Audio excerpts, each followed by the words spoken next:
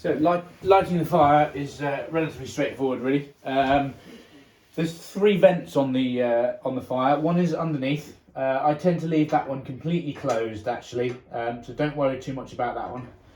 There's a lower vent at the bottom here, which slides to the left and to the right. Left is open, so there's more airflow into the stove. Right is closed for less airflow into the stove. Same at the top also. Another vent. Left-hand side is open and allowing more airflow into the stove, and to the right is then closed. There's a small handle spanner, so this, if left off the stove, will stay cold, so you can use this and touch this with your hand. Once the stove gets hot, I would advise certainly using the heat-proof gloves, for which you can then actually utilise that to open the door and place your logs onto the fire. And also similarly, if you don't want to touch the stove, use the door handle, and that sits on the handle like that and turns to close and turns this way to open the door. So the first thing to do is ensure the vents are all open. So the top one all the way to the left, and the bottom one on the door here all the way to the left. So ensure that the vents are open first.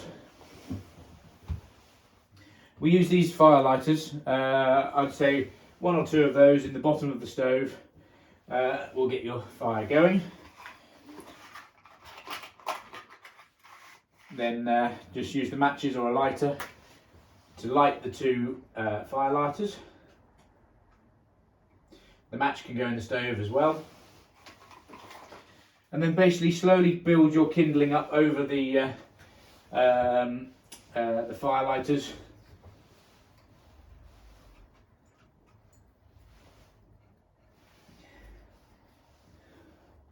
Again, if you're at all worried, you can use the heat-proof gloves to place the kindling over and build that up onto the fire.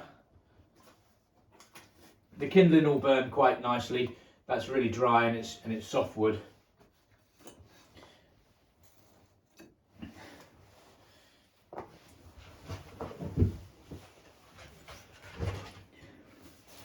So the kindling will start to light first, and then you can build with the logs. You can also then place these in situ as well as the kindling starts to get going.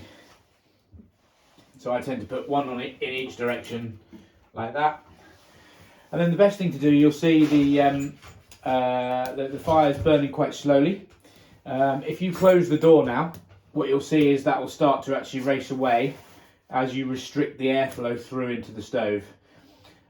On a cold day as well, you've got to remember as well that the flue pipe has got to get hot as well before you get full draw on the fire. But if I close the door now, you'll start to see that will start to just burn quicker.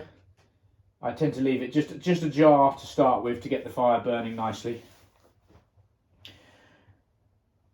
And then once you've got the kindling all nice and alight and your first logs are also burning away, you can use the door handle here to then close the door fully,